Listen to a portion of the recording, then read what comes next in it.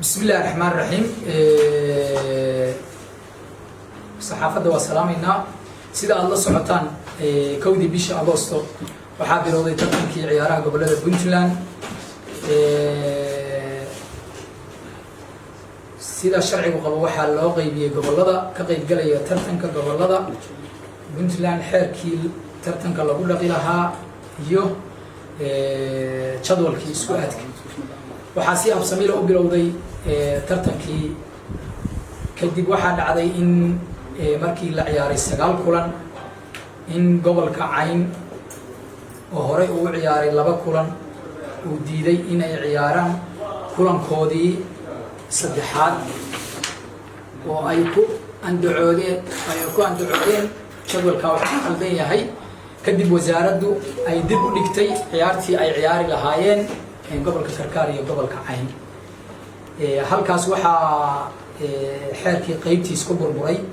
sababtoo ah jadwalkiiba wax ka khaldameen oo wasaaraddu ay soo faragelisay kadib waxa dhacday ciyaartii ay wada ciyaari lahaayeen buuq iyo saxmad kadib markii xildhibaano iyo dad aan maaragtay shaqo ku lahayn xalka kubadda cagta ay soo farageliyeen waxa dhacday ciyaartii ay wada ciyaari lahaayeen Nugaal iyo Sanaag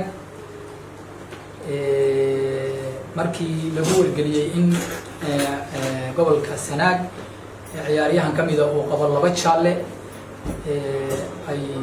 diideen garoonkana ka dareereen kadibna loo cusbaday oo forfeyd laga bixiyay dhibcihiina sidaas looga wareejiyay waxaana qaba qodobka 14aad ee xeerka tartanka waana lagu fulay xeerkii sidaas Nugaal waxa lagu siiyay dhibci kadibna wasaaraddu sidii hore oo kale bay u soo faragelisay kadibna sidaas ciyaarihii waxay ku galeen hakad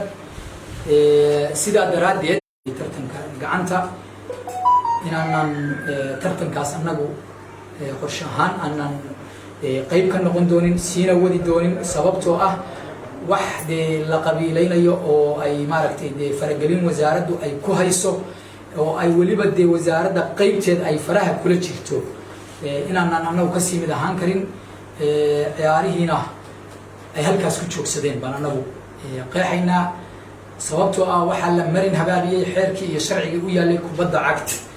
intaasaan kusoo koobaynaa asalaamu calaykum waraxmatullaahi wabarakaatu maxamed marka aad leedahay anagu waxaanu halkaa kaga tagnay xiriirnimadii iyo shaqadii aanu ka haynay koobka macnaheedu inaas casheeya waa naga dhantahay waa naga dhantay aniga shakhsiyan waa naga dhantay aniga waa iscasilay waana iga dhantahay markaa leedahay waxaa dad wasaaradda ka shaqeeya arrimahan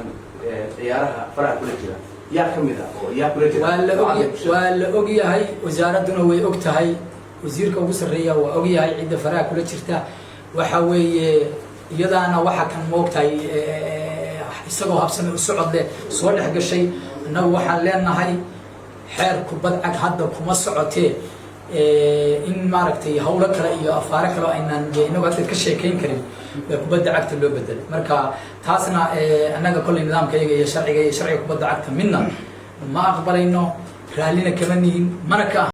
ahaan doona haddii ilahay gudoomiye marka hadda waxaad waa iscasilay ma keligaa la iscasilay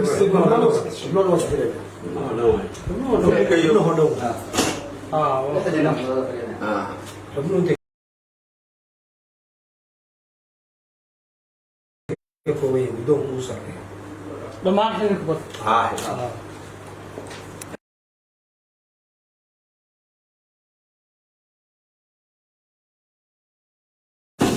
بسم الله الرحمن الرحيم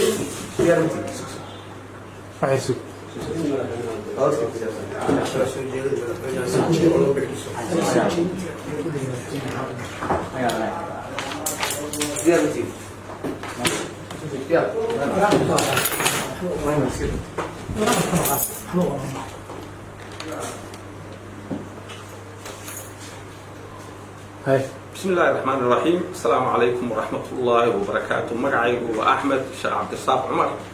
وحالله يقولنا إلى صحة اجتماعية waxaan rabaa inaan ku daro anigu xiriirka waxaan uga soo biiray gadaal 4 xubnood oo ugu dambeysay oo xiriirka lagu dooran ka mid ah mar kasta waxaan eedayn jiray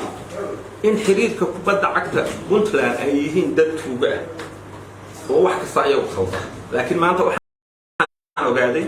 xiriirka kubadda cagta Puntland inay nabad yihiin oo in nabad ha ahaatee wax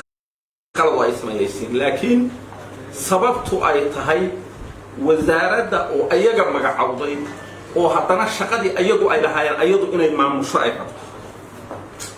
dhibaatada ka jidha xiriirka kubadda cagta ay la dhaqaaqi waayeen shaqadoodii la wadi waayeen waxaana idin muujinaya koobkii quruxda badnaa oo garoonka Miracwaala aan ka wadnay waxaa soo istaagay wasiir le aniga gobolkayga iyo agaasime le aniga gobolkayga iyo xildhibaan le aniga gobolkayga baa burburiyey koobkii kubadda cagta qabiilku waa ka dibadda wey wax shuqul ah oo qabiil ay ku leeyihiin ma jiraan golihii wasaaradda oo qabiil lagu keenay iyo xildhibaanadii oo qabiil lagu keenay baa waxay soo faragashadeen hawshii sidoo kale u socotay wayna burburiyeen maanta waad u jeedaan siday tahay waxaan fariin u dirayaa madaxweynaha dowladda Puntland kubadda cagta ama waxa la yiraahdo sportska Puntland waxaa burburiyey wasaaradda shaqada iyo shaqaalaha dhalinyarada iyo ciyaaraha lagu daray waxaa loo baahan yahay guddigii Olombikada in la doorto waxaa loo baahan yahay xiriiradii oo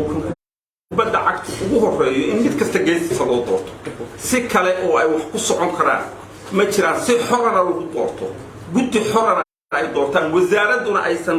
cag soo gelin haddii doorashada ay qayb ka noqoto waxaa imaanaya musuqmaasuqii ay horay wax ku soo wadeen waxaan leeyahay waxaan ka cudud daaranayaa dadweynaha daneeya kubadda cagta oo reer Puntland dal iyo dibadda meel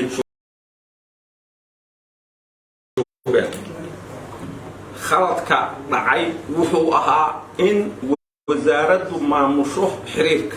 haddeeraan idin sheegayeen wax allaala wixii dhibaato dhacdayna waxay ka timid wasaaradda shaqada iyo shaqaalaha dhalinyarada ciyaaraha madaxweynaha Puntland